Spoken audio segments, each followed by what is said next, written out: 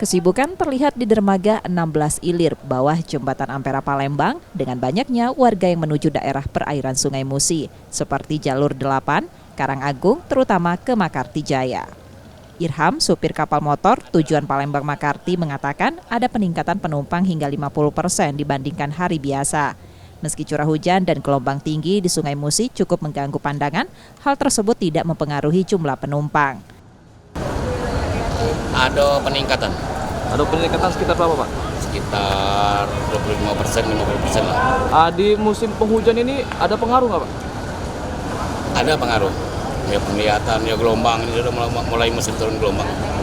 Tapi tidak menurunkan penumpang, Pak? Enggak. Penumpang tetap stabil, Pak? Stabil. Salah satu penumpang tujuan Desa Kupang, Sumatera Selatan mengungkapkan sengaja memanfaatkan libur sekolah untuk berlibur bersama anak-anaknya. Biasa menggunakan speed yuk? Iya, emang besok speed itu kan Palembang. Oke. Kita ngajak-ngajak anak liburan juga. Sekalian ngajak liburan. Kan sekolah kan lagi libur.